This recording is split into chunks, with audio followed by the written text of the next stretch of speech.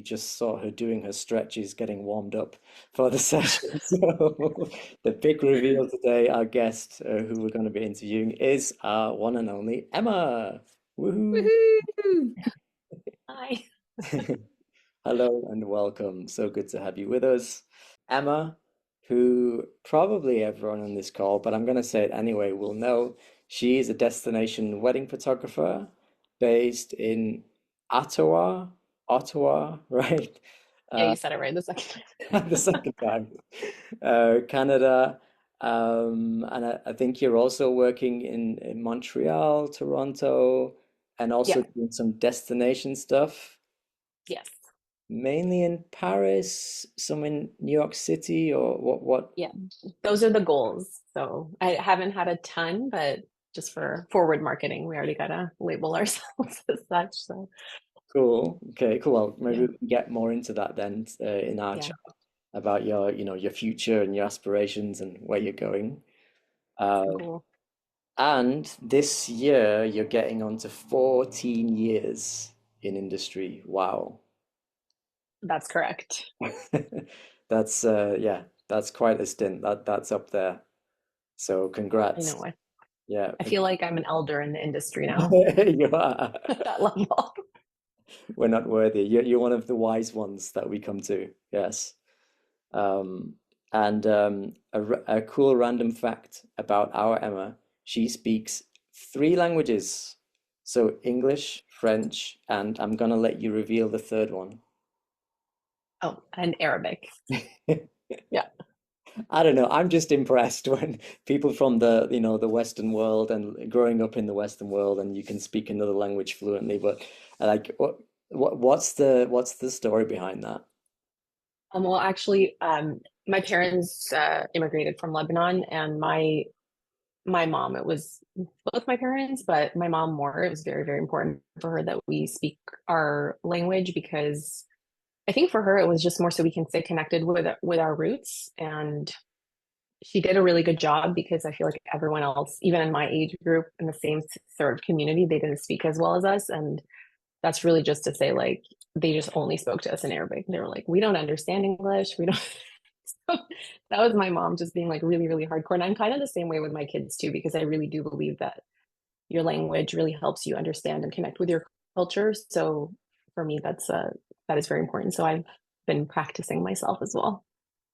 Ah, so so Yeah, so what language do you speak with your kids? What Arabic as well. Yeah, Arabic as well? So it's like a mix of English and Arabic, so they get both.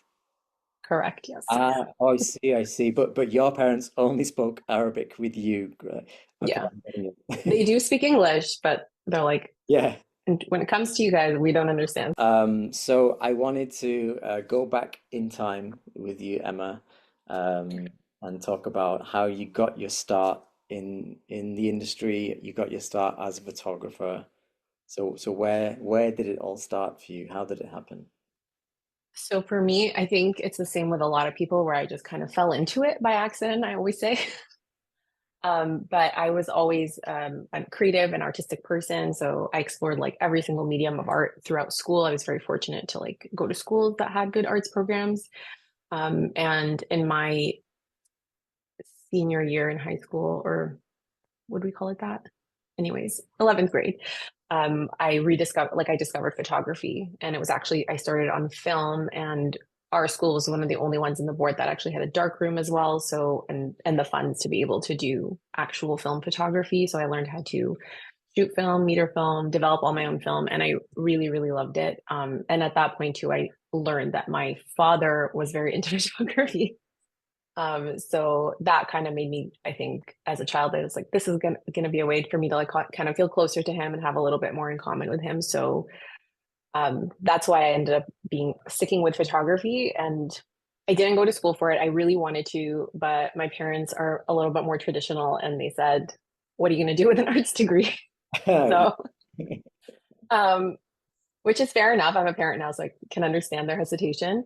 Um, so I ended up going to school for actually sociology and political science. And then I also have a Bachelor of Education. But all the while, I kept doing photography. And at some point, a friend of mine who was into photography as well and a wedding photographer. She got sick and she was like, I can't do this wedding. I need you to shoot it for me. And I was like, oh my God, I don't know what I'm doing, but okay. Because I think I was like 22 at the time. So I went and shot this wedding. The entire time I was sweating because I had no idea what I was doing.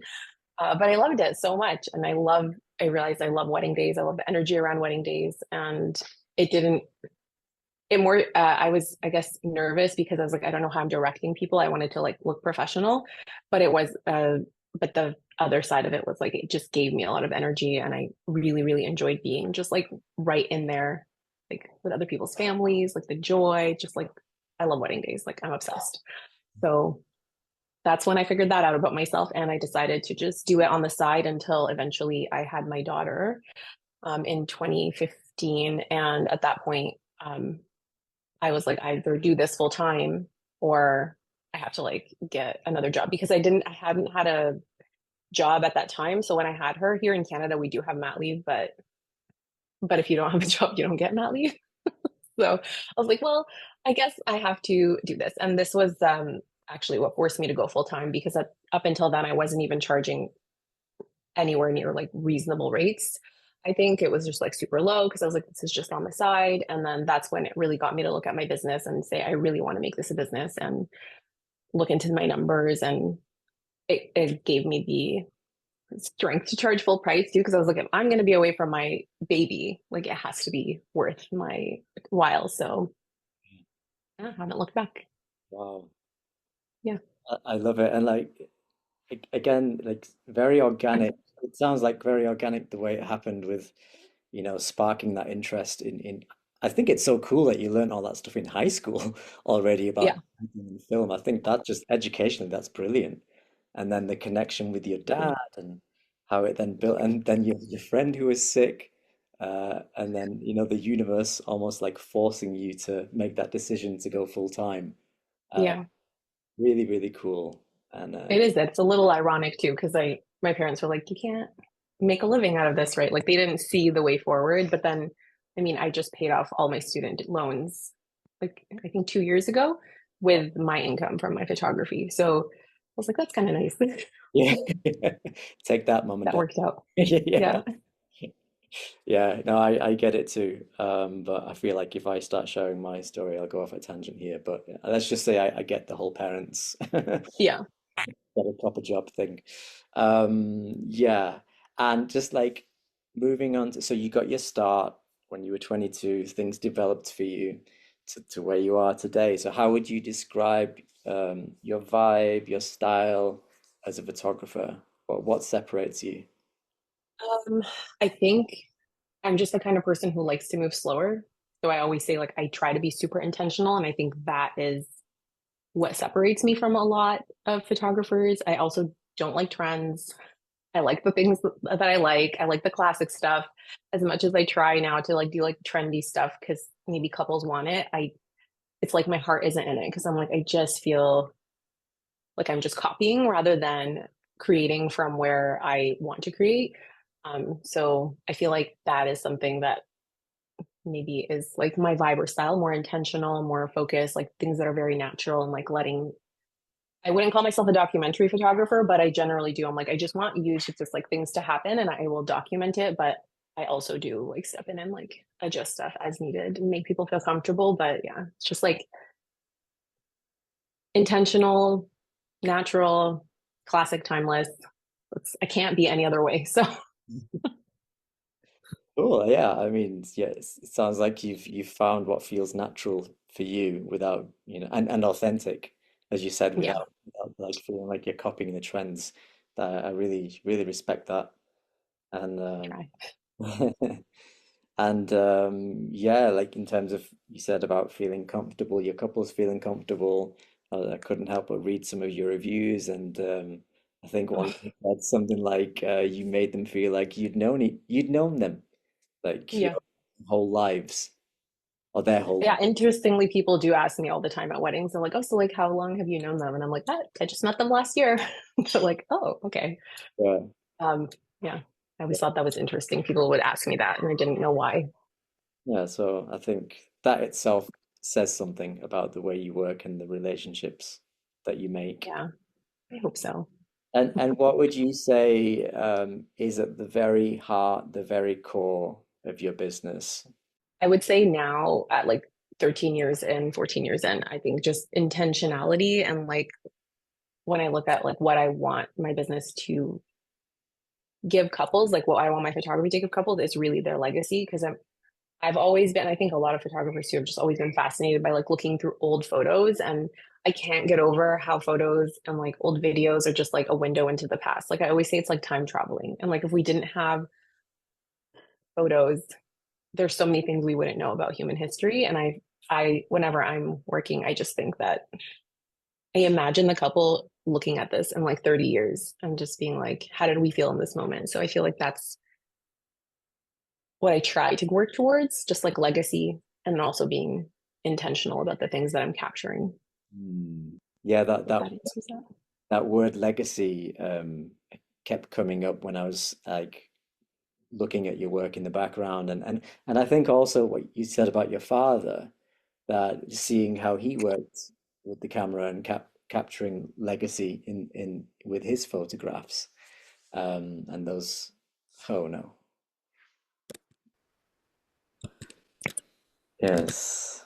So we're back. Yes, we were talking about the heart of your work.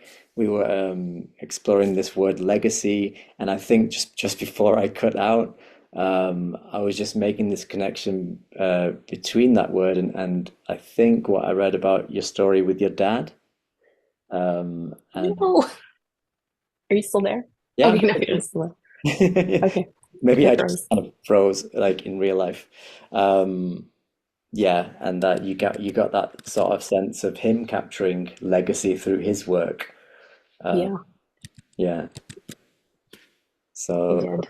that connection and that sort of inspiration you got uh, I in. did. I actually came across some old videos of him, like of our family, of like my grandparents, and then he's just recording and he keeps just going around to people being like, tell us your story or tell me a story. And then they'd be like, oh, I don't have anything to say. But then eventually they would like start talking. And someone who knew my dad when he was younger back in Lebanon, she told me, she's like, your dad would always be walking around with like just big camera, going around asking people stories, which I didn't know about at all. So I loved hearing that. And it made me feel like, I was like, oh, like I'm so much like him. My parents are just like a little more traditional and they don't really, if I'm like, oh, tell me something about your childhood, they're like, ironically, they're like, oh, it's not that interesting. And they wave it off. And I'm just like, oh, but I want to know more. And I'm just so curious about history and our history. So I really love learning that. And I feel like someone's always the family historian. Right. Yeah. Yeah. Cool. Yeah. And so thanks for sharing all this. We're learning about like yeah, what you love about your work and what's at the core. It's coming now. I mean, you're coming on to 14 years now, so you've done quite some stint, and I'm sure along that time you've had some challenges, some tough moments. So, I mean, in terms of what you want to share with us, what has been some of those hardest, most challenging moments for you?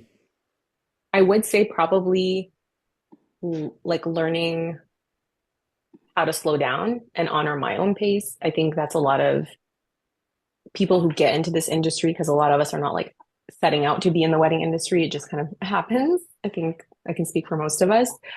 Um, yeah, just learning how to set my own pace, honor that too, and learning to not just like hustle until burnout, which is something I did a lot. I mean, I think we've all experienced that. And then back in like 2021, I just experienced the worst amount, like the worst burnout, like post COVID, right? That 1 year. Um, and at that point, I just literally stopped and decided I was going to be super intentional. Again, like the word intention just keeps coming up and slow down and understand like you didn't need to hustle and like or like always be busy, always be running around to even like show couples that you're doing stuff. Like it was just something I had to unlearn.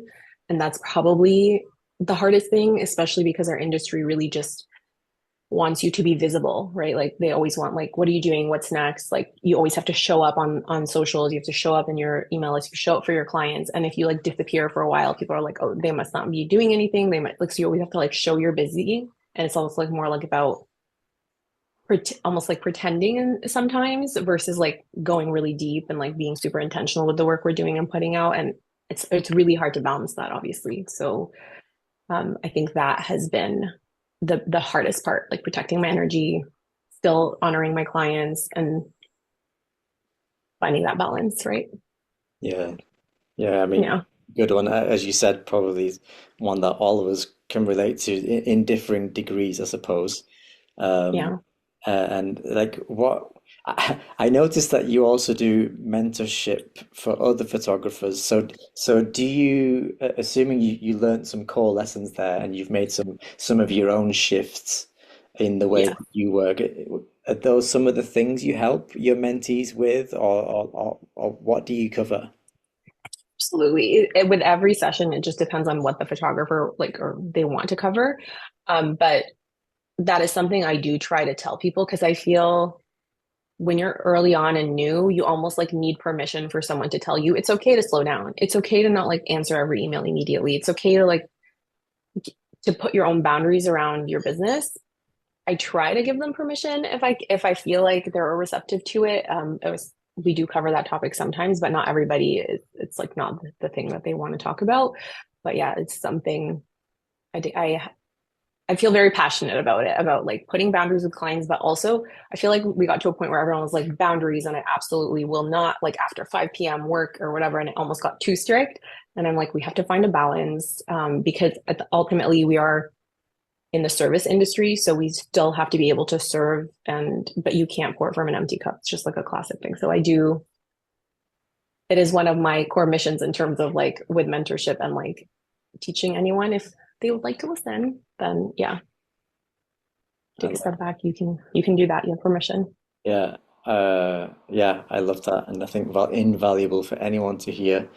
And actually, July's theme in Connected is sort of around that, isn't it? About the topic of burnout and overwork. So quite pertinent to what's going on right now in the community for It's this year, true. this month. And in ter like, how can we as a community support you right now in your journey, in your business, or however? Is there anything we can do for you? Well, thank you. I did rebrand like last year. So for me, like for all intents and purposes, it's like I started a fully new business because I changed everything about it. And it was actually quite a lot of work. It was like therapy for your business, right? Like I took everything apart and put it back together. So I feel like, well, honestly, conversations like this are great. ConnectWed, I felt like I've told you this before. Immediately, I was like, sign me up yesterday because we need this. This is like exactly what I've been missing in my life. Just connecting with people who are in my space who value the same things as me, which is like going deeper and like being a little bit more intentional. And not everything has to be like rush, rush, rush. And like we're still serving our clients and we're giving them the best and all of those things. Just like I love it. So thank you for that, for just connect what existing. And for these interviews, and I'm getting to like know people through the interviews, which is really, really nice. And other than that, it just like sharing about my I think for all of us, like share about your business or like speaking. I really believe in speaking someone's name in a room that they're not in. So whenever that's reciprocated for me, I really, really appreciate it and value it because I value it. And I do my best to always like lift up anyone that I know. And if there's any opportunity for me to speak someone's name in a room they're not in, I will do it. Even if it's at zero benefit to me, that's just the kind of person I try to be. And I think that I am.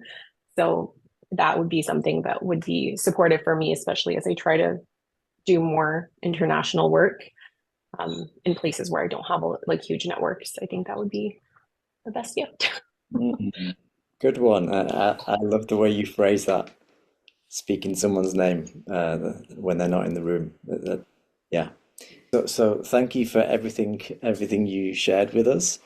Been super interesting. And there is one thing that you wanted to share with us for free today. Yes. I think is gonna well, I looked at it and I can say it looks super helpful, but I think Oh, it will be helpful for all of us on a sort of practical level. So maybe you can I introduce. hope so. Yeah. Okay, so I'm just at this point too where every time things change in the industry, I was like very slow to hop on the bandwagon. So I decided the next time something changed, I would be the first on it, and that is AI.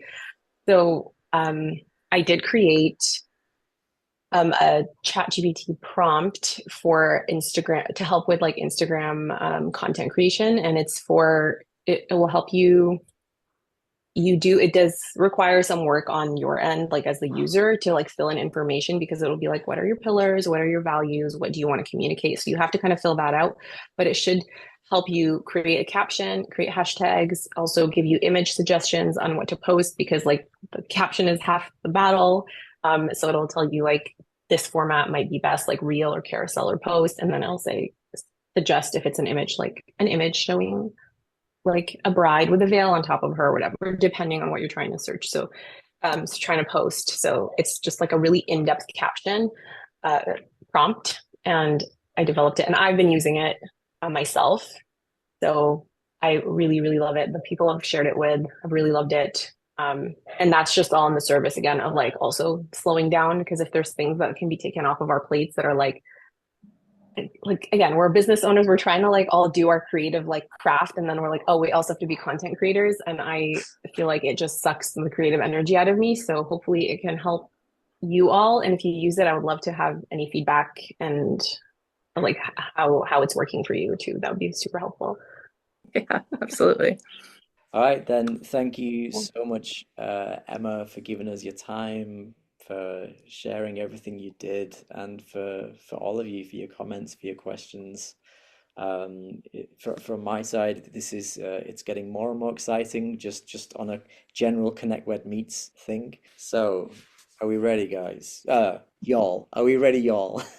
Don't say the G word. Okay, in three, two. Beautiful. All right, then. Thank you, everyone. Thank you. Thank you for sharing with us, Emma. Love learning about you. Likewise. Great. Well, like, thank you, Sharon. Thank you. Bye bye, everyone. Bye. Bye.